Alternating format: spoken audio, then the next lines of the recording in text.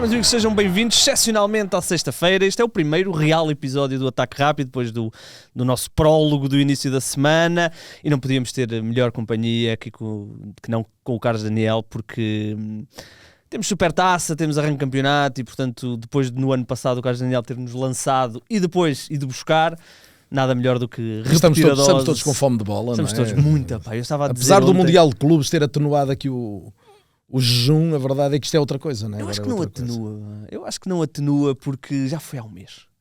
Já foi há um mês, eu já quero...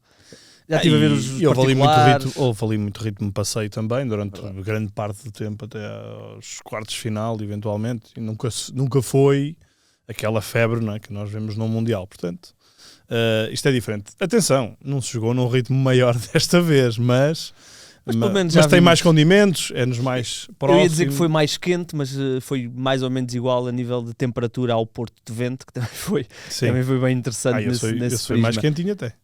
Olhem, no fundo tivemos o primeiro jogo oficial da nossa época, já tivemos outros jogos oficiais, o Braga e o Santa Clara portaram-se bem QB nas suas competições europeias, mas o que interessa é que passaram. Mas tivemos aqui o primeiro jogo da época a nível de Portugal, com a Supertaça. Muito foi debatido a questão da Supertaça, de o Benfica só ter 2 semanas e o Sporting ter uma pré-época normal. Como o Luís estava a dizer, a nível de ritmo, sim, ver se há mais tarde o efeito disto, sobretudo em relação ao Benfica, em relação ao Sporting, é uma situação normal de facto. Em relação ao Benfica, ver se há ali um desgaste que não foi devidamente superado com a pausa muito curta de competição. Eu acho que o Rui Borges ontem não disse muitas coisas acertadas, mas quando diz que o Benfica, apesar de tudo, perdeu menos condição, é verdade. Quando tu paras menos tempo, perdes menos condição.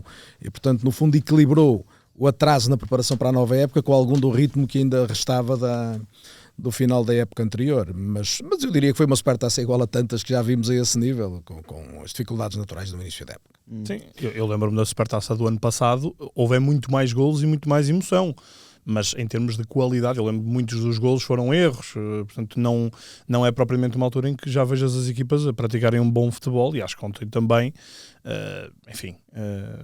concordo com a questão de que ganhou a equipa mais feliz, não concordo que o Sporting tenha sido superior em todos os aspectos.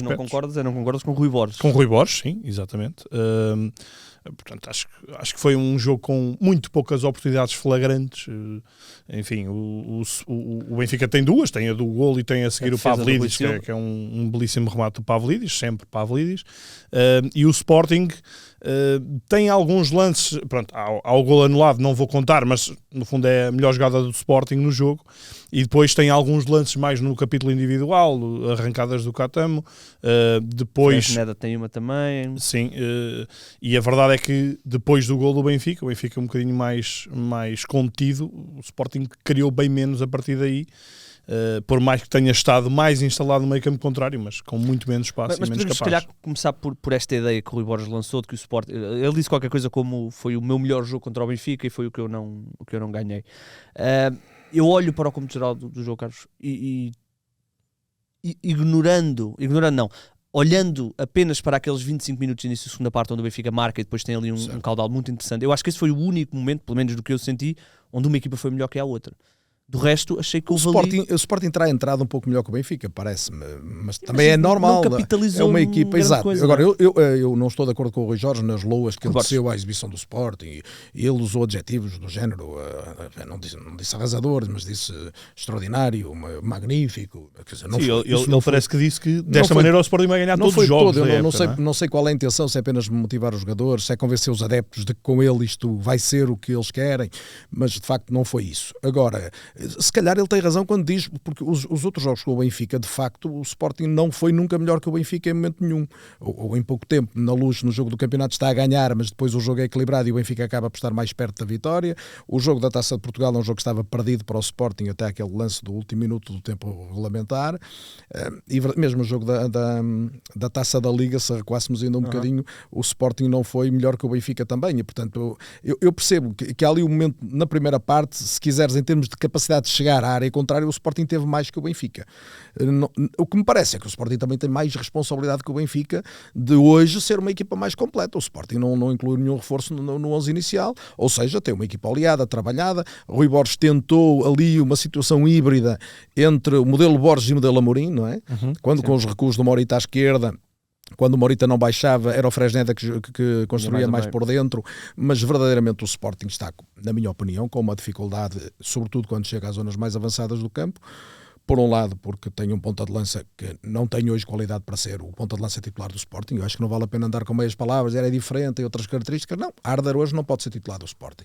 E, portanto, o Sporting precisa claramente que Luís Soares chegue e pegue. E, na minha opinião, a grande probabilidade... Ontem já deu para ver, não é? Já deu para ver que há alguma diferença e parece-me que ele vai ser um titular a curtíssimo prazo. Eu imagino que o primeiro jogo do campeonato, com o Casa Pia, já será o Soares a jogar.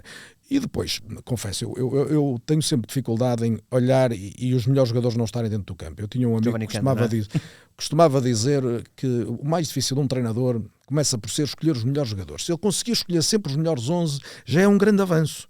Depois podemos discutir as nuances táticas, o modelo de jogo e tudo aquilo que nós gostamos de debater, mas que escolha os melhores. E para mim ver que anda no banco, eu confesso, eu não consigo entender. Tenho um bocadinho a mesma sensação quando falamos do Porto de ver o Rodrigo Mora de fora. Porque quando um jogador é melhor que os outros, deve estar dentro do campo.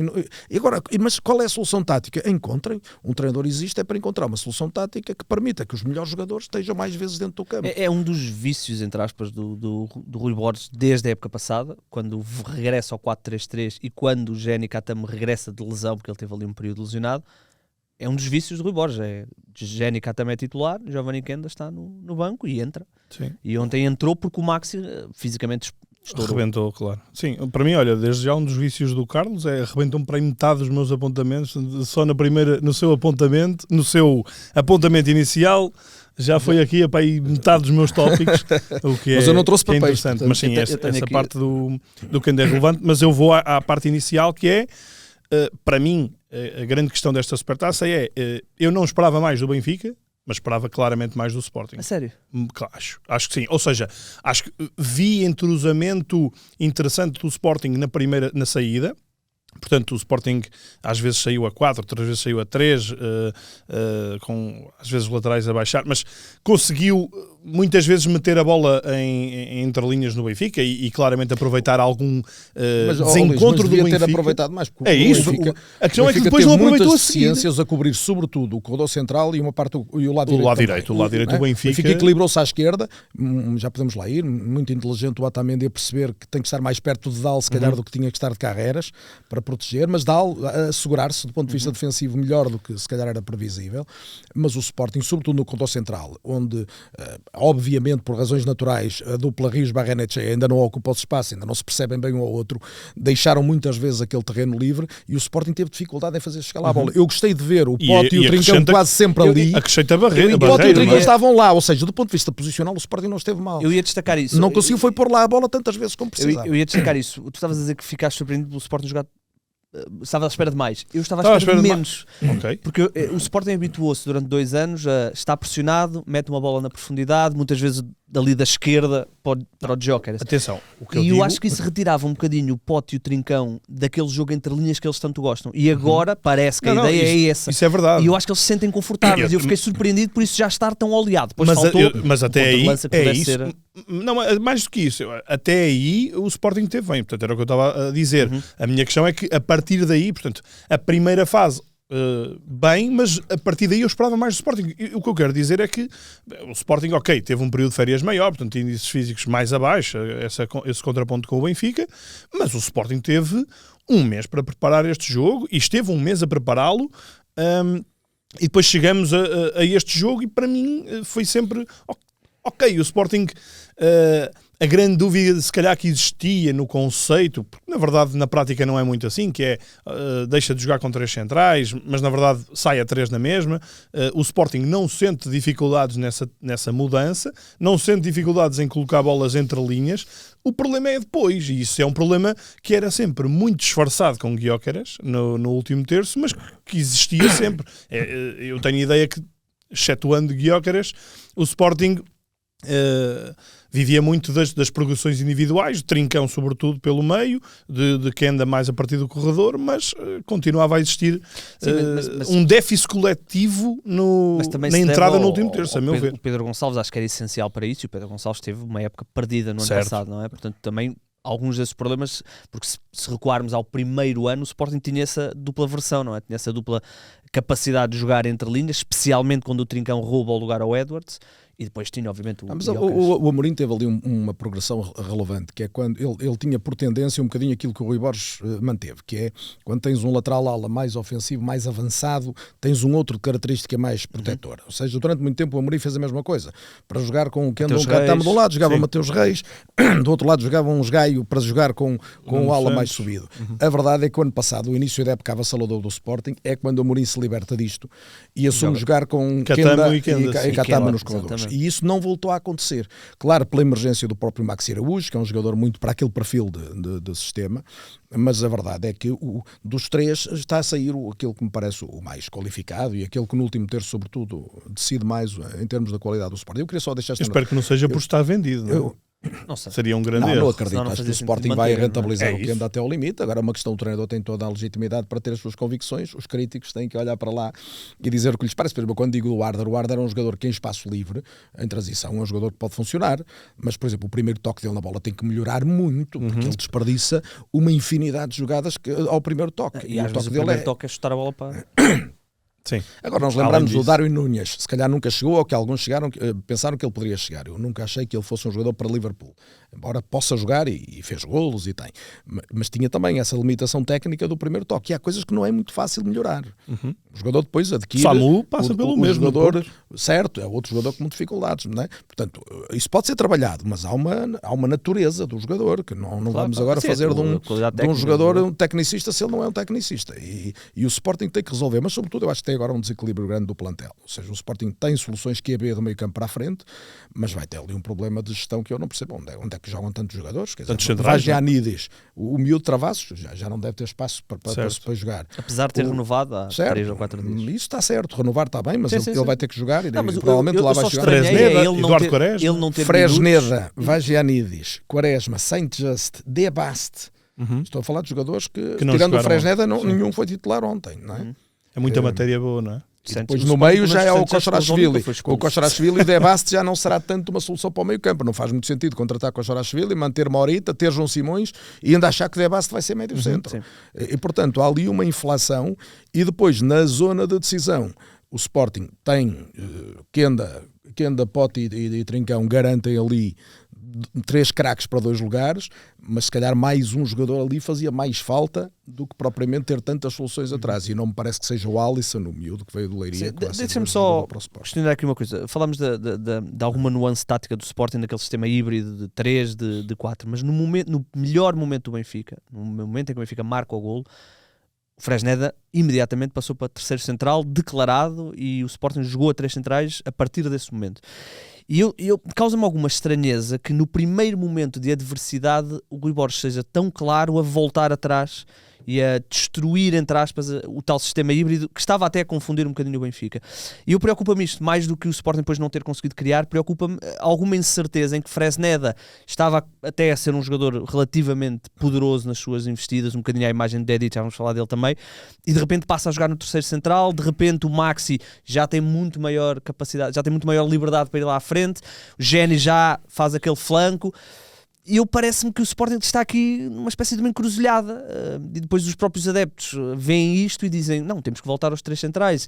Não sei se o Rui Borges não deveria ser um bocadinho mais cáustico de dizer, não, é 4-2-3-1, até pode jogar no sistema híbrido, mas pelo menos dar aos adeptos aquela, não, é o meu carimbo, não estamos a pensar em Ruben Amorim. Eu acho que ele não deve estar preocupado em mostrar aos adeptos, tem que estar preocupado em mostrar aos jogadores, porque a minha grande questão é se os jogadores depois sentem nisto uma fraqueza do treinador ou um estado de dúvida do treinador que depois alastra, e obviamente eles precisam de sentir confiança máxima no Timoneiro.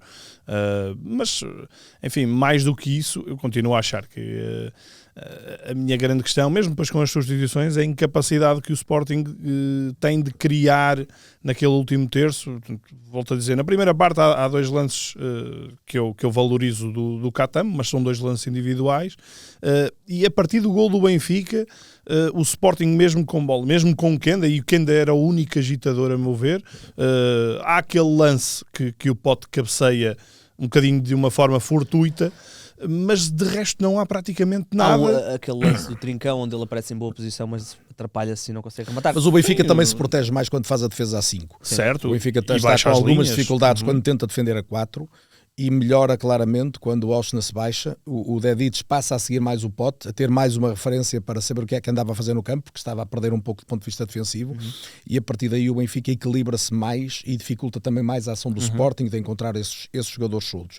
Eu sou mais crítico do Sporting na fase anterior. Agora, percebendo o que o Igor estava a dizer, que é, tu neste momento a sensação que tens é que há uma espécie de 4-2-3-1 que não é bem, que é o sistema de Rui Borges, o que ele acredita mais, e depois, quando a coisa não está a correr tão bem, vem o 3-4-2-1, que é o sistema do Amorim. E, portanto, o Sporting anda aqui numa alguma esquizofrenia, passo o exagero, porventura, da expressão, entre queremos fazer uma migração, queremos fazer aqui uma aproximação a um 4-2-3-1, mas quando isto não estiver a resultar, eu tenho outro sistema que já estava trabalhado antes. E parece-me que convém ao Sporting, a Rui Borges, rapidamente ser claro em relação ao que quer.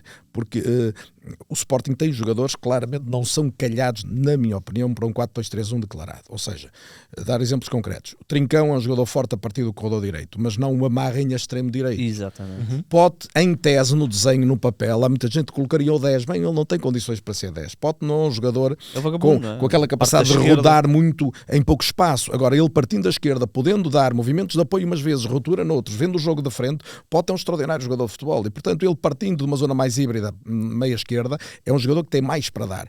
Mesmo os alas que o Rui Borges prefere, quer o Maxi, quer o Catamo, são jogadores muito mais fortes partindo de trás, podendo acelerar, do que não são aqueles jogadores de filigrana, de drible em espaço curto. O Catamo depois ilude-nos porque tem aquela finalização. Vem dentro e chuta bem. Mas verdadeiramente, com menos espaço, são menos jogadores, eles são muito mais fortes embalados. Ou seja, os verdadeiros talentos do Sporting precisam de mais liberdade posicional do que um 4-2-3-1 tradicional confere. Kenda, Trincão e Pote. E os jogadores que não são tão talentosos, mas que são mais rotativos, precisam de espaço. Ou seja, qualquer destas coisas recomenda que o Sporting não se amarre a um 4-2-3-1. E eu creio que o Rui Borges está a tentar encontrar esse caminho que é um misto das duas coisas. Não vai ser fácil. Pois. Porque ainda por cima os laterais, se tu não pensares no Maxi Araújo como lateral e esperando para ver o que vai dar a Vajanides, não é? O Sporting não tem 2 laterais com uma grande competência, sobretudo no plano ofensivo. Fresneda é um jogador que carrega a bola, mas depois não é o tipo mais lúcido na decisão, e o Mateus Reis é um jogador muito mais um central esquerdo, certo, e um lateral defensivo do que alguém para carregar jogo. Claro, pode vir Mangas, que é um jogador de perfil diferente, mas estamos sempre o Sporting vai viver da criatividade destes jogadores. Não me parece que seja o melhor caminho. E mesmo até alguns dos outros jogadores, um Inácio, o próprio Diomande, o próprio Morita, ficam mais protegidos na defesa a 3. Nós vemos às vezes abordagens do Inácio que deixam... E Quaresma, por exemplo, que é um jogador que numa linha de 3 sai muito bem com a bola. E numa linha de 2 é impensável que rapidamente queima linhas e tira adversários da frente, o que é uma grande qualidade no central. O Sporting teria condições ótimas para vender um deles, se surgisse uma grande proposta. Eu ia dizer isso. É uma ótima altura para o Sporting fazer uma boa venda. Sim, e só vejo o Inácio ou o Diomandé, claro.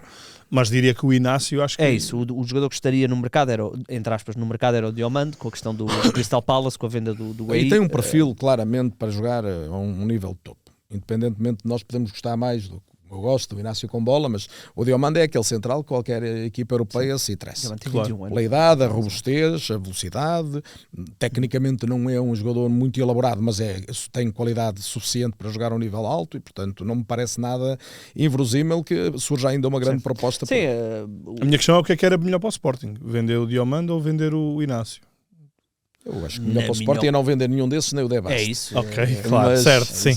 O St. Just era um jogador que estava por escrito. Mas esse não terá mercado e é um jogador que hoje não é crucial para o Sporting. Exatamente. Se tivesse mercado, era um jogador que hoje não faria muita falta, vamos dizer assim. Mas até ainda encontrar a questão do desequilíbrio que estavas a falar e bem, vender um central por um valor mais significativo, acho que permite ir depois ao Sporting e ir buscar um tal outro criativo que claramente a equipa precisa e que...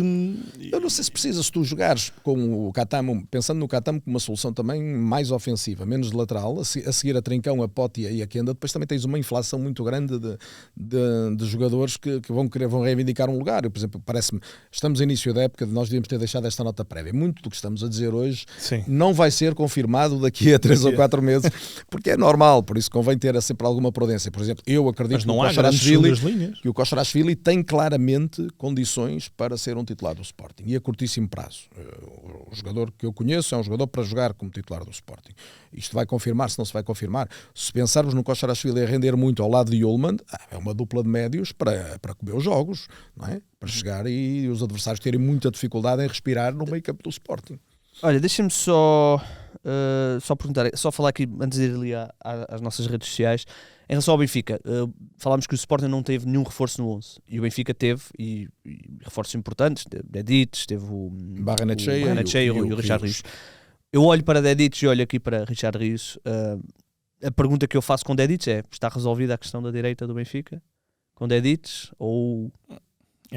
Eu acho que se notou a primeira meia hora, é uma meia hora em que se nota claramente que é uma equipa que está com reforços no 11, sobretudo com 15 dias de trabalho, em que o Benfica foi várias vezes desmontado do seu lado direito.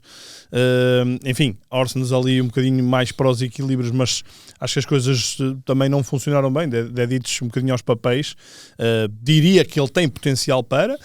Acho que em termos de... subidas, foi alguém que se envolveu bastante na primeira parte, porém, até o jogo é decidido, é com uma subida de Dal que estava, parece-me, a subir menos, mas que foi mais pragmática, apesar de ter tido ali uma felicidade, mas acho ainda prematuro dizer que está resolvido. Agora, acho que é uma solução muito interessante para o lado direito da defesa do Benfica. Richard Rios, acho mais natural. Não engana, pá. Eu sei que não engana, mas ao mesmo tempo ele já vem com ritmo, e portanto é mais fácil ele ser mais visível do que, por exemplo, Enzo Barrenetxea. Ele não engana, mas engana-se. Ainda se engana. Não, sim, engana. Se enganar, mas tu notas ali. Eu acho que é impensável o Benfica ir atacar a época olhando para Enzo e para Barrenetxea e depois não ter alguém criativo. Portanto, impensável jogar com Leandro Barreiro num jogo normal com este meio campo. Eu tinha aqui a vontade. Leandro Barreiro foi só por ser contra o Sporting, ou seja... Tem muito a ver com o perfil de jogo do Bruno Lage. Antes de mais, deixa-me dizer em relação ao o Dedić, por exemplo. Parece-me as rotinas adquirem-se, ou seja, o trabalho tático, os posicionamentos podem ser corrigidos. O jogador, sendo inteligente, e é um jogador internacional, ainda jovem, terá seguramente competências para perceber o que o treinador quer e, portanto, a evoluir. Quando o jogador tem muitas limitações técnicas, é que me parece que não há grandes milagres a fazer. Por exemplo, o Benfica há 2 anos contratou o Jurasek por 14 milhões. Eu, quando vi o Jurasek jogar, tive uma profunda convicção de que ele dificilmente jogaria a um nível de topo, porque é um jogador com limitações técnicas evidentes. E nesse sentido, parece-me que Dedić, respondendo à pergunta, está resolvido. Eu acho que está resolvido em termos de condições do jogador para a função. Agora, depois, há uma integração na forma de jogar, na forma de defender do Benfica, como é que a equipa se vai proteger nos momentos em que não tem bola, nos momentos de transição defensiva, para perceber se ele consegue, do ponto de vista defensivo, ser tão competente como mostra ser com bola, portanto, no momento de abordar os adversários e de ir para cima. E aí essa é a dúvida, é o momento defensivo. Porque Dal, sendo um bom jogador com bola também é um jogador que mostrou umas claras aptidões para ser um lateral ala ofensivo, mas substituir Carreras com a robustez que Carreras garantia no plano defensivo também não é nada fácil. Portanto, o Benfica tem ali uma questão dos laterais para resolver, mas volto a dizer, é uma questão coletiva. Parece-me que individualmente eles têm competências técnicas para poder jogar no Benfica. Depois o Luís tocou aqui naquilo que me parece o grande ponto, que é quem é que alimenta o ataque. E neste momento não há ninguém para alimentar o ataque. Era João Félix, não é? Eu acho que o Benfica meteu as fichas todas no João Félix. O Benfica tentou e perdeu 2 alvos. Tiago Almada e João Félix. Portanto, acho que o Rui Costa está, e Bruno Lage certamente, estão a pensar bem, estão a pensar o que nós estamos a pensar. Contrata Ivanovic, que contraria um pouco isto. E eu depois queria lançar esse Aliás, assunto. A resposta de Bruno Lage ontem, acho que eu lhe pergunto se Ivanovic pode jogar junto com o Pavlidis, e ele diz eles vão ter que mostrar, eles é que vão ter que dizer, convém quando se contrata um jogador por 20 e tal milhões, que já se tenha a convicção que ele joga ao lado de outro, sim, que não por acaso marcou 30 golos sem recorrer a penaltis e 2 assistências na época passada. Portanto, eu o Benfica no ano passado não tinha nenhum jogador do perfil Félix ou Tiago Almada. Nem estou a dizer da qualidade, que isso obviamente são jogadores de uma qualidade muito, muito alta, mas não tinha sequer esse perfil. O jogador jogar entre linhas, devia buscar em espaços onde o ar é mais rarefeito, onde o adversário obviamente dificulta mais, onde os craques jogam verdadeiramente, não é? Onde jogam os trincãos. Di Maria, quando vinha da direita, era o jogador que iludia um pouco esta debilidade. De repente queria 2 jogadores e queria ao mesmo tempo Almada e Félix, não era só um. E agora, neste momento, já não tem nenhum. Se tu quiseres compor um meio campo do Benfica tirando o Barreiro no jogo de ontem, a pergunta é esta. Eu também acho que Barreiro não tem qualidade técnica para ser titular do Benfica, já acho isso também das primeiras vezes que o vi. É um jogador generoso, útil em alguns momentos do jogo, muito disponível sempre, mas para ser titular de uma equipa grande é preciso mais qualidade. Mas se pensar-se no jogo com o Sporting, tirar Barreiro para jogar com quem? É que no plantel não há uma solução óbvia para aquele lugar. Não é? A solução engenhosa é dizer, podes meter mais um extremo, lançar Sheldrup ou Prestiani, ou jogar com Veloso e jogar com Orsnes, e puxar Auschwitz naquela posição. Mas Auschwitz naquela posição também não é a posição dele. Sim, mas metias mais virtuosismo numa lateral. Por outro lado, Dedic poderia ficar mais protegido. Foi sempre um jogo pensado em função também da minha dúvida aqui é, o Benfica durante algum tempo deu a ideia que estava disposto a jogar com Almada, com Arthur Koglu, com João Félix, todos ao mesmo tempo, e de repente, como diz o Carlos, contrata mais um avançado por 23 milhões. Portanto, aquela ideia de que queremos acrescentar jogadores para jogar entre linhas, de repente dilui-se em, ok, se calhar até podemos jogar com 2 pontas de lança, não é? E 2 extremos e 2 médios. Eu acho que, honestamente, até porque Bruno Lage está a fazer a sua segunda pré-época de Benfica. Na primeira pré-época quis juntar Seferovic e Raul de Tomás e todos sabemos como é que correu. Portanto, não são jogadores exatamente com o mesmo perfil. Pavlidis é um jogador tecnicamente bem superior e que dá muito à equipa, mas continua a ser um excelente finalizador e que o Benfica não vai poder agora de repente é Pavlidis quem recua e quem vai jogar quase ao pé dos médios. Portanto, acho que não faz sentido nenhum. E a meu ver, pelo menos a curto prazo, acho que não faz sentido ao Benfica juntar estes dois. Uma coisa é dizer, mas o Pavlidis recua e liga, mas se ele estiver sempre a fazer mas isso, depois não está alocado à função dele. Sítio, não é? É isso. Sim. Sim, mas tu vais ter momentos em que eu acho que a coexistência entre Pavlidis e Ivanovic é possível, e vais ter momentos em que vais precisar delas, especialmente se não tiveres um ou 2 criativos para mas eu diria que é durante o jogo. Eu vou fazer aqui uma previsão arriscada, mas acho que vai acontecer uma de 2 coisas, com uma nota prévia que é Richard Rios está longe de ser um organizador de jogo. Portanto, Richard Rios será tanto mais útil quanto menos tempo tiver com a bola. Se estiver convencido que recebe as bolas, que aguenta cargas e que vai tirar da frente 2 e 3 adversários quando estiver a jogar ao nível Champions, vai ter um grande problema. Porque é um jogador muito propenso a perder bolas. E joga numa zona do campo onde saiu de um futebol brasileiro, numa equipa de topo do futebol brasileiro, onde podia arriscar essas perdas de bola, essas arrancadas, que empolgam num momento, mas que a seguir vão comprometer claramente a equipa. E, portanto, é um jogador que tem que amadurecer do ponto de vista tático, perceber o contexto onde vai estar a jogar, e mesmo assim, aliás, o gol do Benfica ontem nasce num lance em que ele, em vez de correr com a bola, como fez invariavelmente, e às vezes até correu de dentro para fora, nem se percebeu bem para quê, meteu a bola no dó. Lançou, ele melhorou muito da primeira para a segunda parte. E, portanto, a evolução tática de Rios e ele perceber o que é que deve fazer numa equipa vai ser muito relevante para o Benfica, porque não tenho dúvidas que ele no plano defensivo, após a perda de bola, nos duelos, vai ser um jogador muito competente, mas não se dá 30 milhões por um jogador para depois ele ser apenas alguém que, do ponto de vista defensivo, ajuda a equilibrar. Tem que ser bastante mais que isso, e eu não vejo hoje como garantido que ele tenha essa clareza com bola que a equipa precisa. Mas partindo do princípio que vem mais um jogador, e não me parece crível que não venha, portanto, acho que vai acontecer uma de 2 coisas. Ou vem um jogador que a partir do corredor é um organizador de jogo e que pode ligar ali meio campo ataque, e o Benfica avançará por uma espécie de 4-4-2 assimétrico, em que o Auschwitz compensa a partir de um corredor e esse talento, vamos dizer assim, parte do outro corredor, e o Auschwitz tanto pode estar de um lado como do outro. E aí possibilita a existência dos 2 pontas de lança. E sai Arthur Koglu? Arthur Koglu. Sim, eu confesso que não sou o maior fã de Arthur Koglu. Acho que tem uma qualidade extraordinária de finalização, não negar isso. Dentro da área é um jogador que ele ataca o espaço para finalizar. Agora, para ligar o jogo tem muita dificuldade, não tira da frente o adversário, não é propriamente explosivo, embora ataque o espaço, não é um jogador com bola que garanta tanto assim, e depois é muito difícil imaginar 2 pontas de lança mais Aktürkoğlu e mais um criativo do outro lado.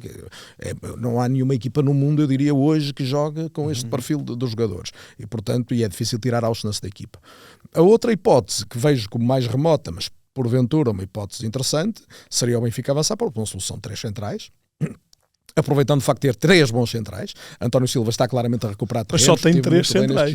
Tem o problema. Pode ir ao Sporting buscar 2 ou 3, não é? Sim, tem os miúdos que lançou agora este miúdo, o Gonçalo, não é? E o norte-americano, o Josh Winder. Portanto, se acredita nos miúdos, os miúdos podem ser alternativa em alguns momentos. Para isso é que há formação, senão vais falar de formação. Depois, quando eles têm uma oportunidade, não acreditam neles, não faz muito sentido.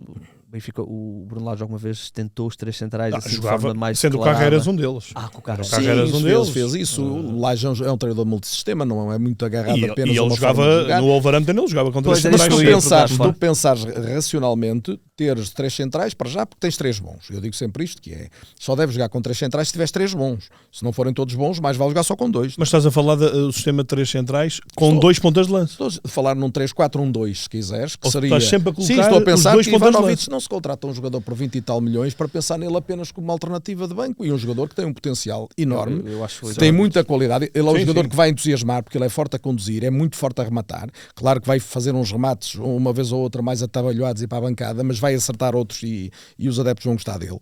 Ele é muito mais aproximado de Pavlidis do que propriamente de Belotti. Sim, mas Pavlidis é mais brilhado com bola, um jogador que entende mais o jogo. O Ivanovic dará mais a explosão e a agressividade na condução.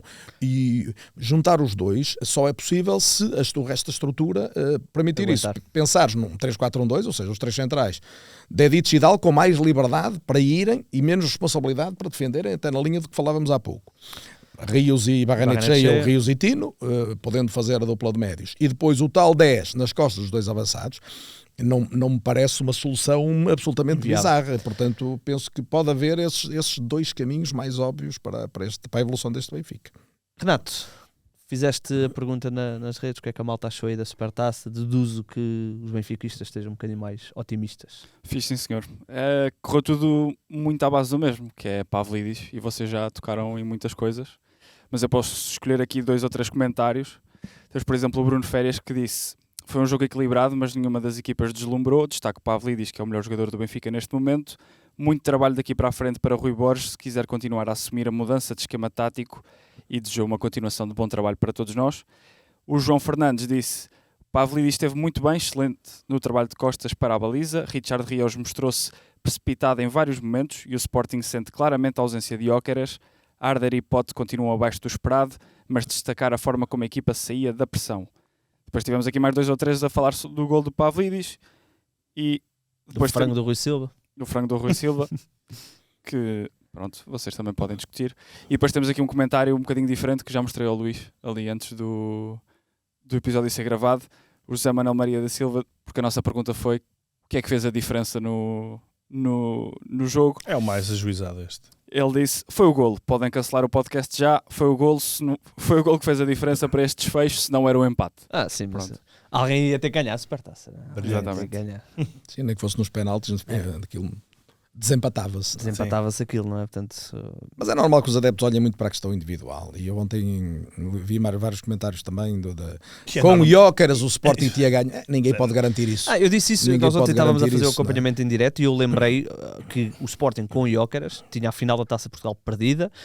E na Luz teve o campeonato perto de perder e o Gyökeres estava nos dois. E o Gyökeres estava nos dois e estava na final da Taça Liga também. Absolutamente verdade.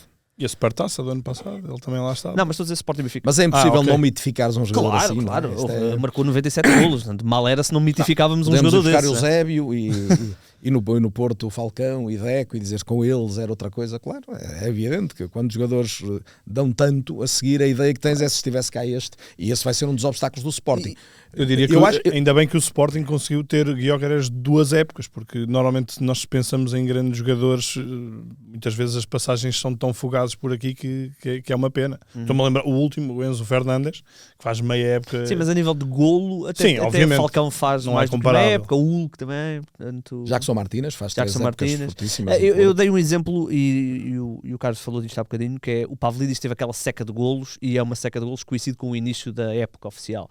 E eu dei este exemplo até para os adeptos do Sporting terem alguma paciência, olharem para o exemplo do Benfica, a paciência que também, se calhar estou a dizer isto e o homem no próximo jogo faz um hat-trick, mas a paciência também de ter com o Luís Soares, que pode ter uma seca de 2 meses, que Gyökeres felizmente para o Sporting nunca teve, mas nem todos os avançados são Gyökeres, e Pavlidis, que como o Carlos disse bem, marcou 30 golos sem penaltis, teve ali 2 meses de... Sim, já estava a discutir, que foi uma contratação havia um bloqueio. Eu creio que o guarda-redes e o ponta de lança nunca abandonei esta ideia, e que é partilhada por muita gente do futebol. São os 2 lugares mais solitários do jogo, não é? São os 2 lugares onde tens de conviver, tu és o limite do sucesso e o limite do fracasso, não é? E é muito fácil responsabilizar. Lá está, o Rui Silva e o Pavlidis, né? 2 nomes do jogo de ontem, porque no lance crucial o avançado conseguiu fazer golo e o guarda-redes foi menos feliz na abordagem. Claro. Um guarda-redes que foi importante para os títulos do Sporting na época passada, há que ser justo. Com a chegada do Rui Silva melhorou a competência defensiva do Sporting, mas a verdade é que ele falhou. E portanto, essas 2 posições têm a dimensão mental, psicológica, verdadeiramente do lugar, conta muito. E já vimos vários extraordinários jogadores com bloqueios. Cole Palmer, por exemplo, teve uma época passada em que a determinado momento o homem não acertava na baliza, não conseguia acertar na baliza, e depois chega ao Mundial de Clubes e é a grande figura da final e tudo o que fez virou ouro. O futebol tem muito disto, e sobretudo nesses momentos de finalização, onde a questão individual, da competência individual se torna muito relevante. Há jogadores que mentalmente são mais fortes, não é? Nós temos um em Portugal que é um animal mental, que é Ronaldo, não é? Ronaldo, no jogo em que estiver a correr pior, a gente sabe que ele pode sempre acabar por fazer um gol. É claro, já não estou a falar tanto do Ronaldo atual, mas o Ronaldo até há 3, 4 anos. Havia uma certeza, ele andava ali, mas de repente a bola ia cair e ele ia resolver. Nos anos dourados do Real Madrid era absolutamente impressionante a capacidade que ele tinha para... No momento em que tinha que ser, ele estava e não falhava. Às vezes vejo Mbappé e digo assim, Mbappé nunca vai ser CR7, não é? A esse nível, porque ainda é um jogador que falha mais vezes, sendo um jogador prodigioso, um talento incrível, mas o Ronaldo era de facto, perante a baliza, um jogador com uma autoconfiança. Jardel, nós tivemos cá, Jardel tinha um lado quase místico, ele não era um jogador entusiasmante em nada, tirando o cabeceamento, não é? Era meio trôpego a correr, era relativamente lento, não dominava bem a bola, e todavia virado para a baliza, aquilo era uma sensação de que o homem acreditava sempre que fazia golo e fazia mesmo, não é? Parecia fácil, não é? Olhando para ele parecia. E também teve uns pequenos pousios. Eu lembro-me no início da época do Sporting, em que ele teve ali 4, 5 jogos, claro que já não era Jardel fisicamente na melhor condição, mas lembro perfeitamente, há um jogo que salvo em Leiria, ele não tinha marcado ainda gol nenhum. É a estreia dele em Leiria, marca de penalti. E marca de penalti, e a partir dali soltou-se. Ele chega muito pesado na altura. Na altura até se fazia, lembro-me das capas de jornais que era já perdeu mais 1 quilo, porque acho que ele ficou com 4, 5 quilos a mais, então houve um trabalho para ele perder esse, e nunca perdeu, portanto não sei que trabalho. Se perdeu, recuperou. Se perdeu, recuperou muito rapidamente, era a cada gol. Mas é isso, o Sporting vai ter que ter alguma paciência. Sim, eu acho que isto não traz nada definitivo, isto a supertaça, pelo contrário, não é? Portanto, é o primeiro jogo da época.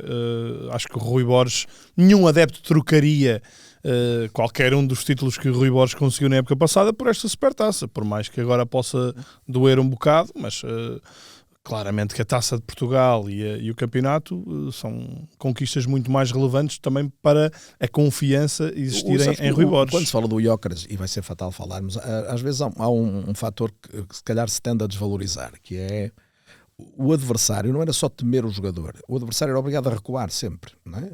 O Sporting de Amorim, quando chega a Gyökeres, passa a ter uma arma que não tinha, que é os adversários preparavam o jogo em Alvalade e imaginavam sair lá pressionar acima, não é?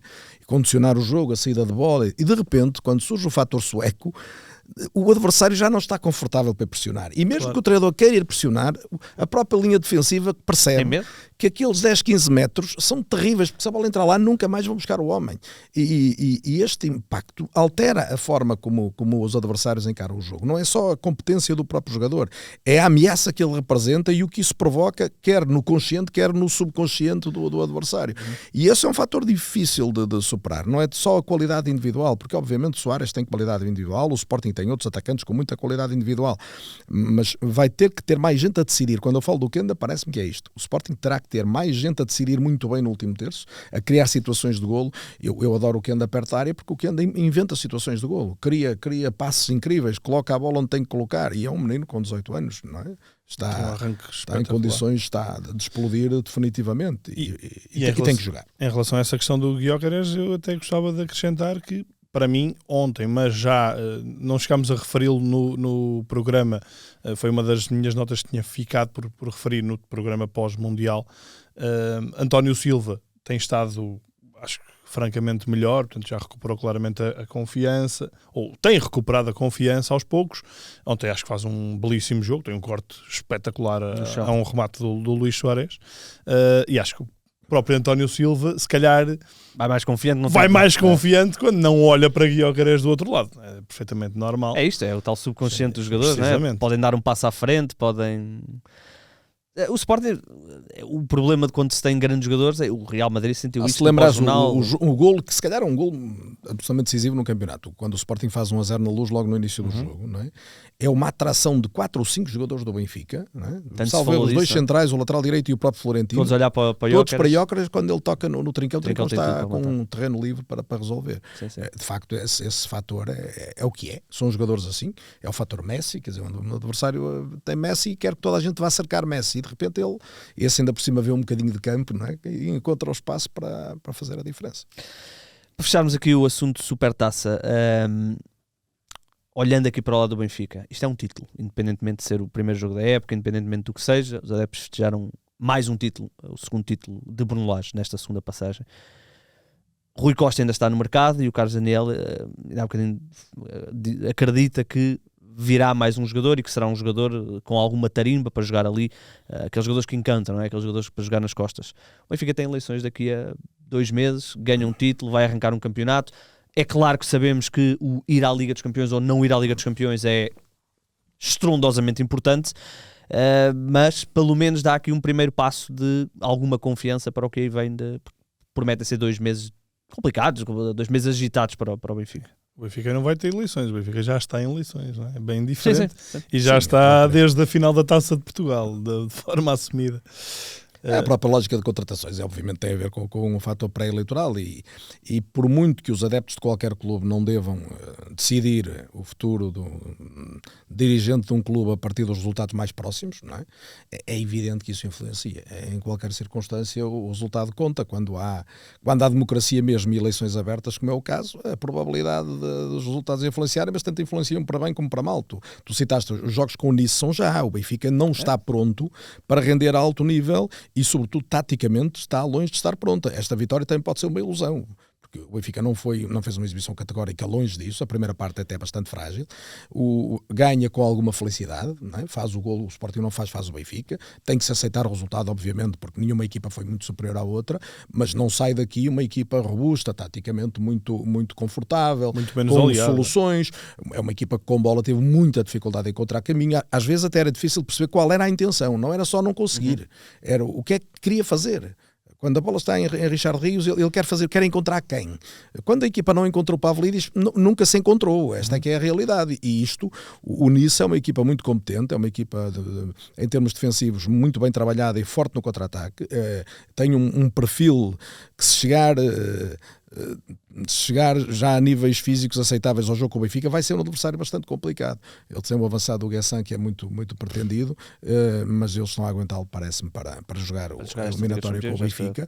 E é uma equipa bem trabalhada. Aliás, começa com o Farioli a fazer há 2 anos o 5º lugar, depois faz 4º ano passado. É uma equipa das grandes equipas, das melhores equipas e mais competentes do campeonato francês, e sublinho isto, é uma equipa que, do ponto de vista da organização defensiva, é competente e sai com facilidade para o contra-ataque, e portanto todos os cuidados são poucos. Claro que o Benfica, numa situação normal, tem que ganhar o 4º classificado do Campeonato de França. Este Benfica, ambicioso e gasta muito dinheiro. Agora, parece-me que faltam aqui argumentos ofensivos. Vir Ivanovic para o ataque é relevante porque é mais uma boa solução, e o Benfica tinha perdido Amdouni, Artur Cabral e Belotti, portanto saem 3 jogadores do corredor central e da finalização. Mesmo assim entra um que me parece que vai acrescentar. Falta depois onde é que está o grande talento da organização. Não estando Sheldrup e Prestiano aos olhos de Bruno Lage prontos para assumirem, não há, e portanto é indispensável. Eu não sei, aqui a minha dúvida é se vem um jogador mais cerebral, mais capaz, lá está, de organizar, ou se a tentação pelos 2 pontas de lança é ter um extremo cruzador, um extremo entusiasmante, de 1 para 1, e Eu recomendaria mais a primeira solução. Faz mais falta um jogador que acrescente pensamento àquela equipa. Criatividade não é criatividade no sentido individual, é criatividade coletiva. Não, quando se falou do Dybala, é evidente que um Dybala fisicamente bem, estamos a falar de um jogador superlativo, um jogador que está muito acima do que é normal no futebol. Eu acho que o Dybala, se não tem tido uma carreira com tantas lesões, era um putativo bolador, era um candidato a estar sempre entre os melhores do mundo. Ele tem épocas absolutamente notáveis na Juve. Agora parece-me que ele está com debilidades físicas que numa equipa que quer jogar provas europeias, campeonato, muitas vezes, e depois é um segundo avançado puro. Ou seja, faz sentido neste momento para uma equipa que já tem 2 pontas de lança que podem jogar ao mesmo tempo, pensar num jogador que é menos um 10 e mais um 9,5, nisso é mais um Félix, não é? Tenho algumas dificuldades, mas é o tipo de jogador que acrescentaria em qualquer contexto. Luís, olhando para o contexto, vitória na Supertaça. Mas o Carlos não respondeu, se tem alguma sugestão. Não é sugestões, jogadores que eu acho que podiam funcionar. Um jogador, por exemplo, que eu acho que é um jogador incrível e que não joga muito, mas serve para o Benfica e servia para outro clube qualquer português, que é o Brahim Dias. O Brahim não está a jogar com regularidade no Real Madrid, vai ter muita dificuldade, mesmo o Arda Güler está a ter dificuldade, portanto o Real está com um excesso de talento. Quando tens o Rodrigo na porta de saída é porque aquele clube tem jogadores a mais. Até já se fala do Vini. O Vini por causa da renovação. Sim. Depois tens os 2 pontas de lança, o miúdo Gonçalo e o Hendrick, provavelmente a ter que sair também. Estás a falar de uma equipa onde... Mas o Brahim, eu acho que o Brahim é um jogador que ainda não teve a oportunidade de ser o jogador que é, porque é um craque indiscutível. Luís, olhando aqui para o contexto, há uma taça a ganho, ou neste caso uma Supertaça, há a Liga dos Campeões, vai haver um arranque de campeonato, há eleições, ou seja, isto tudo está aqui a fervilhar para ser um mês onde o Rui Costa tem coisas para fazer e tem nomes para certamente contratar, porque, como diz o Carlos, não é? Por alguma razão, em ano de eleições autárquicas, as estradas estão um bocadinho mais arranjadas e, portanto, o Rui Costa tem que arranjar ali algumas estradas. E ele tentou. Uma coisa é certa, as pessoas têm criticado, e ontem estavam a criticar muito o banco do Benfica, gasta tanto dinheiro e tem aquele banco, e eu lembrei que o Benfica deu tudo para ter Almada e Félix. Não conseguiu, é legítimo, houve clubes que conseguiram superiorizar-se, mas uma coisa é certa, o Rui Costa quer dar esse jogador ao Benfica. E o que é assim, as pessoas não podem achar que o Benfica é a melhor formação do país. Se os adeptos do Benfica acreditam nisso e depois acharem que, isto tem que ser só com jogadores contratados por 20 milhões, é que está aqui um plantel que oferece garantias. Não, o Benfica tem que ter esse espaço para... E havia dúvida se João Veloso até jogava ontem ou não. Mas o Benfica tem uma repetição de jogadores, primeiro da formação, não é? O João Veloso, o Prioste, magoou-se o Nuno Félix. Sim, tem muitos médios. São tudo médios de perfil 6-8, para juntares a Auschwitz, Barreiro, Manu, Florentino, Barrenecheia e Richard Rios. Ou seja, juntas aqui para aí uma dezena... Aos centrais de Sporting e os médios uma dezena de jogadores e não tens um jogador que digas é um criativo. Às vezes confunde-se criativo com um driblador, não é? Às vezes quando se pensa no jogador criativo é o driblador. Não, o criativo é o que cria jogo, é o que vê mais jogo que os outros, é o que encontra os colegas. Claro que também... João Rego é o que tem que podia ser o João Rego? Sim, mais partindo de fora, se calhar. Para ser hoje um jogador, na minha opinião, decisivo no Benfica. Eu acho que o João Rego tinha tudo a ganhar em jogar uma época fora da luz. Mas, Carlos, o que eu sinto é que nenhum jogador jovem está pronto. Se Sheldrup não está pronto... Certo, mas eu acho que Sheldrup poderia ter mais oportunidades. Pois é, já acho que é um jogador que está mais amadurecido. João Rego, acho que... Eu honestamente não percebo porque é que ontem não joga Sheldrup, ou melhor, percebo que não ia jogar, isso é certo. Não percebo é porque é que chegamos a esta altura, e o Sheldrup sendo um jogador importante em vários momentos, estou-me a lembrar desde logo do jogo na Taça da Liga contra o Sporting, em que ele é o abre-latas e sai ao intervalo, nota-se que não há essa confiança e não consigo bem entender porquê. Se não está a ganhar, podia ter porque não defendeu contra o Aroca. Eu acho que a partir do golo... Eu acho que a partir do golo... Bruno Lage quer proteger-se mais. Não, eu estou a falar não está a ganhar, Barreiro, de certeza que não acabava o jogo. Eu estou a falar de início, não estou a falar de... E ele depois mete para este ano, porque é um jogador que vai congelar um bocadinho mais a bola do que o Sheldrup. Não estou a falar vindo do banco, estou a falar mesmo... Mas não me agride tanto em termos da transição com bola. Mas aí o Benfica já estava a ganhar, não é? Eu deduzo que tenha sido esse raciocínio. Mas a ideia de esticar jogo não é para este ano. Mas aí parece-me que é mais quase sinais que se calhar nós não vemos do treino, o jogador que deu um bocadinho mais naquela semana e que ele acha que merece ali mais o prémio e portanto foi à procura também entre um e outro, se calhar de motivar, perceber que este precisa de um sinal de confiança e o outro já terá tido. Os treinadores depois têm que já... O que me parece óbvio é que não confia nesses jogadores para a primeira opção. Isso parece-me evidente. E portanto, se não confia nesses jogadores, tem que ter outros para a função. Olha, mas olhando aqui para Nice, olhando aqui para o fecho do mercado, o que é que te paras a dizer sobre este Benfica? Eu acho que, portanto, não fazendo futurologia, mas Rui Costa precisava claramente de ganhar a Supertaça e precisa entrar na Champions para estar nos favoritos das eleições. Enfim, vejo as coisas muito pela rama, percebo que, obviamente, João Noronha Lopes tem muita força na oposição, há a grande dúvida Luís Filipe Vieira, mas enfim, parece tudo destruturado nesta questão de Luís Filipe Vieira, atira o barro à parede via comunicação social, de algumas coisas megalómanas de Conceição, estádio de 120, que, enfim, ele teve lá 20 anos, nunca falou de estádio de 120 mil lugares, portanto, populismo autêntico aqui a tentar ver como é que isto pega, não é? Como é que as pessoas nas redes sociais, vou dizer as pessoas e não os bots, vão considerar isto. Portanto, eu acho que Luís Filipe Vieira ir a eleições é altamente prejudicial para Rui Costa, porque a falange mais antiga do Benfica iria provavelmente dividir-se um bocado e isso ia dar espaço provavelmente para João Noronha Lopes ganhar. Neste capítulo, se Vieira não for, vai andar muito taco a taco, imagino eu. Acho que a força que João Noronha Lopes tem por trás é muito, muito válida. E depois resta perceber quem é que desiste a favor de quem. Não acredito que vão todos a eleições. Portanto, alguém vai desistir a favor de alguém e isso poderá dar uma força extra a algum dos candidatos. Muito bem.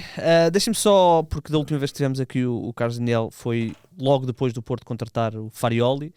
O Porto não jogou nenhum jogo oficial, mas já deu para ver aqui alguns vislumbres. Só um toque rápido. O Porto joga domingo, né? Domingo com o Atlético. Estava no dúvida se era sábado ou domingo.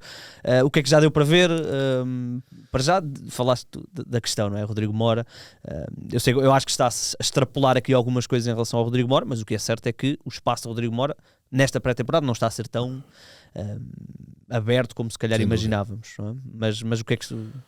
Me parece, mas vimos muito pouco, temos que confirmar. Acho que há ali do ponto de vista coletivo, duas sensações. Uma de um Porto do ponto de vista do ataque posicional vai crescer e vai ser uma equipa competente, não tenho dúvida nenhuma, conhecendo a forma de jogar de Farioli e o perfil dos jogadores que ele está à procura, e portanto, desse ponto de vista, parece-me que vamos ter um Porto que vai entusiasmar muito mais do que em tempos recentes, e sobretudo contra adversários mais fáceis. Vai ser uma equipa com uma tentação muito grande de abafar e de resolver depressa. É claro que depois há o fator anímico coletivo.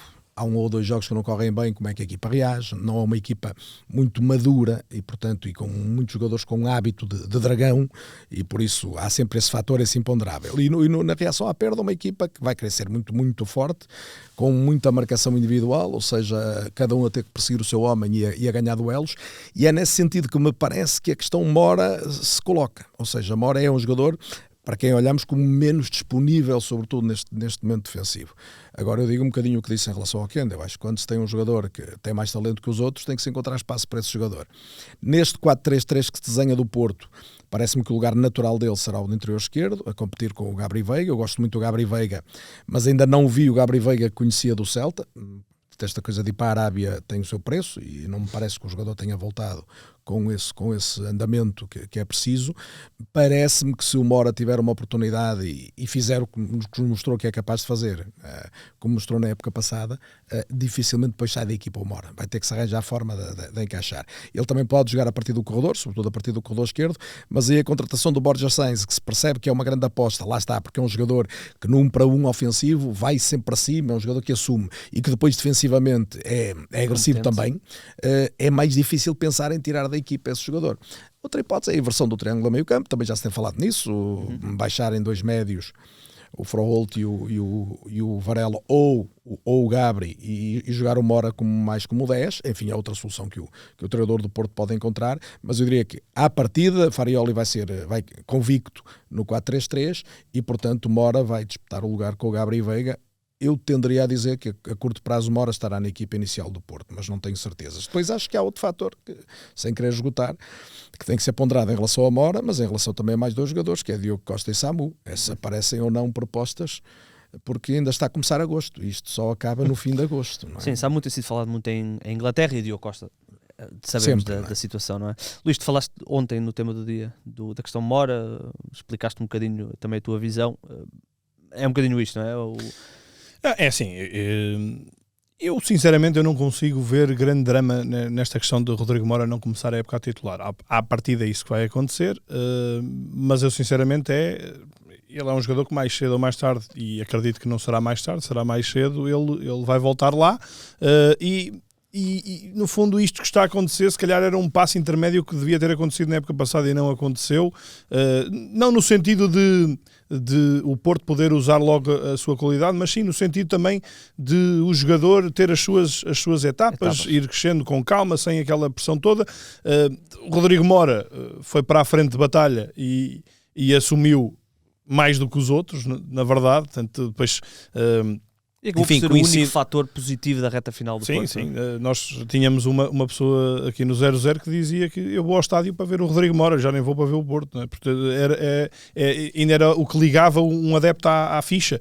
E eu por acaso estava a ver o jogo contra o... Foi o único jogo de pré-época, eu não gosto de jogos de pré-época e convenci-me que não vejo, que é para não tirar conclusões precipitadas, mas o único jogo de pré-época que eu vi este ano foi o Porto contra o Twente, estava a ver com familiares, e eu senti claramente que eles estavam à espera que eu dissesse alguma coisa para eles fazerem a sua primeira apreciação. E eu lá para os 20 minutos disse, o Porto realmente em termos de... intensidade, capacidade também sem bola de estar em cima do adversário e não de tentar e não deixar, o Porto está a fazer mais do que se viu durante grande parte da época passada, e portanto a partir daí depois as coisas foram para um caminho positivo em termos de apreciação inicial, mas ainda acho que é ainda muito cedo. Vejo uma equipa mais alegre, mais ligada, algo que eu sinceramente não consegui perceber porque é que não aconteceu, ou melhor, consigo perceber, mas como é que não aconteceu naquele Mundial de Clubes que tinha tudo para ser galvanizador para um Porto que estava adormecido e que estava depressivo, e não aconteceu ali, e agora sim, já se vê alguma coisa, ainda é muito cedo. O treinador, não é? Mudou o treinador, é verdade, mas, não é coisa pouca. Mas para Anselmi ele nunca tinha partido do zero como partiu naquele Mundial de Clubes, e aquilo que ele parecia estava a partir do 100. Muita descrença. Anselmi falhou hoje, não há como dizer de outra maneira. A equipa nunca teve o andamento que precisava de ter, nunca teve as ideias que precisava de ter.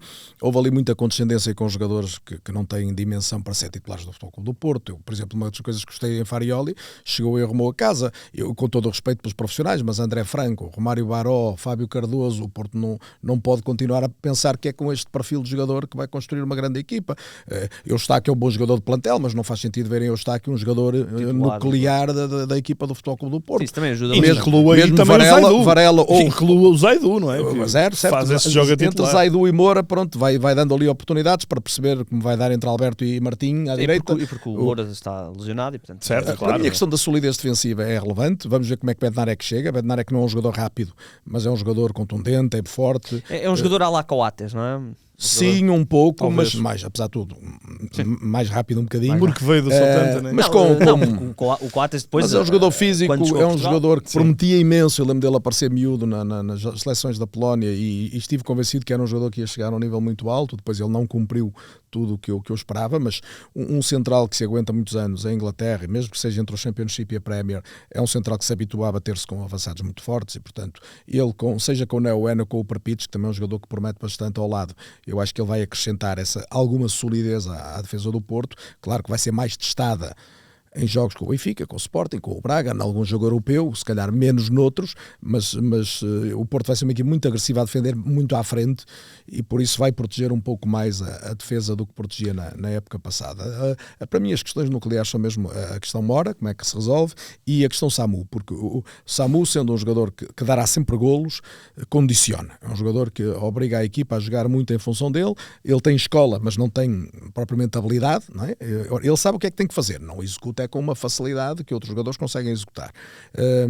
Mas é um jogador que, bem aproveitado, golos ele garante sempre. Se a equipa estiver a carregar em cima do adversário, num campeonato como o nosso, o Samu garante rendimento. Marcou 27 e quase todos foram até janeiro. Com o Vítor Bruno, não é? A bola sobrava e ele marcava, e um cruzamento e ele saltava mais alto. Eu acho que vou ser um bocadinho mais disruptivo, mas eu acho que o melhor que podia acontecer ao Porto nestes 31 dias que faltam para o fecho de mercado era surgir uma boa proposta aposta por Samu sair e o Porto encontrar um avançado mais...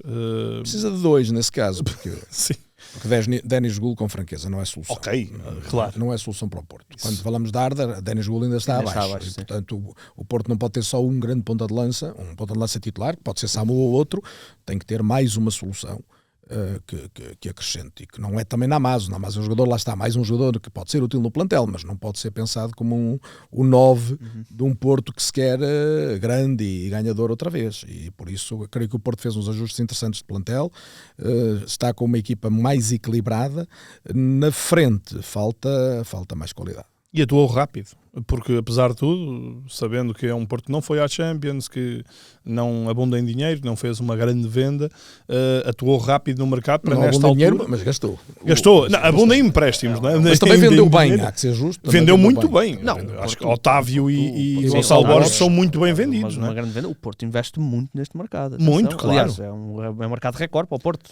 Sim, o que eu quero dizer é que o Porto reforça-se bem e não fica à espera de um agosto de sobras em grandes clubes, por exemplo, para o ano passado chegaram jogadores na reta final. Sim. Neuan Pérez foi no verão, foi no Vela durante todo o verão, e este ano acho que foi muito mais rápido a dar ao treinador unidades para ter aqui uma equipa minimamente equilibrada. Que o Porto ainda esteja à espera de sobras. Sem dúvida, mais claro. do que o Sporting, mais do que o Benfica, acho que o Futebol Clube do Porto está também à espera de ver o que é que acontece nos últimos 15 dias de agosto. E também tem jogadores que sobram. E tem jogadores que sobram. Não, mas precisa no ataque, precisa de mais soluções. Na minha opinião, no ataque precisa de mais soluções. Sim, Gruitch tem que sair. tem-se falado para a Espanha, não me lembro qual é agora o clube, mas tem-se falado para a Espanha. É logo uma poupança brutal, porque o Gruitch ainda é um dos jogadores mais bem pagos. Parece que há sinais de que o Farela sabe o que quer, não é? Também o próprio Ivan Jaime já está a partida fora, portanto ele chegou e começou a destrinçar entre o que queria verdadeiramente e o que não queria no plantel. E depois há jogadores que me parece que podem estar no mercado por via de trazerem algum rendimento, algum lucro e que podem ser substituídos por outros. Senhores, tens mais alguma coisa que queiramos? Eu estou satisfeito. Estamos para no já. Braga. Vimos eu não vi nada. Não consegui ver o segundo jogo, só vi o primeiro, mas daquilo que consegui perceber, ainda há uma definição tática muito grande, mas o Braga comprou bem, comprou caro. Agora chegou o Paulo Vítor, está a jogar praticamente sem um 9 declarado. Ontem jogaram sem o Paulo Vítor vai Ontem foi sem ponto. Não faz sentido com o Paulo Vítor agora não jogar com o 9 declarado. O miúdo, o Moscardo é bom jogador, o Dorgene está a fazer a adaptação, portanto há ali qualidade. Mas a ambição de ganhar um campeonato em Portugal, quando os outros grandes clubes estão a fazer um esforço também financeiro tão grande, não é fácil como carga. Mas para já eu reservo. Os primeiros sinais que vi não foram entusiasmantes, pelo contrário, mas não vi este jogo, gostava de ter visto ontem, não consegui ver, por causa de estar a trabalhar no comentário à final da Supertaça, e espero para ver. Mas há umas expectativas boas em relação a uma série de equipas, quer é novidade, quer em relação a quem já tem alguma continuidade e mostrou trabalho. Novidade, por exemplo, o Vasco Telho da Costa, acho que vai ser curioso perceber o que é que ele faz no Moreirense, obviamente o Vicens no Braga, o próprio Luís Pinto no Vitória. Ia falar disso, ele é ambicioso. Mas depois eu acho que há 3 ou 4 treinadores que têm muita competência, alguns eu conheço bem e que têm aqui uma época claramente para se afirmarem. O Hugo Oliveira no Famalicão, o César Peixoto no Gil Vicente, o Ian Castro no Estoril. Conheço menos bem o João Pereira, mas tenho expectativa de perceber o que é que vai acontecer na sequência do trabalho feito no Casa Pia, e portanto há aqui um grupo de treinadores que me deixa com expectativa para saber que, ou em continuidade ou podendo acrescentar alguma coisa das suas ideias, vão trazer de novo ao futebol. Muito bem, vamos embora. O Ataque Rápido é à segunda, este excepcionalmente foi na sexta-feira. Nós voltamos dia 11. Voltamos dia 11, exatamente, com o Artur Casada, e vamos muito brevemente anunciar às pessoas que já me têm estado a perguntar o calendário do nosso concurso, que estará, o primeiro é dia 25, e depois a partir daí nós depois anunciamos o calendário desse concurso. Portanto, voltaremos no dia 11, e o Ataque Rápido hoje foi à sexta, mas é à segunda-feira.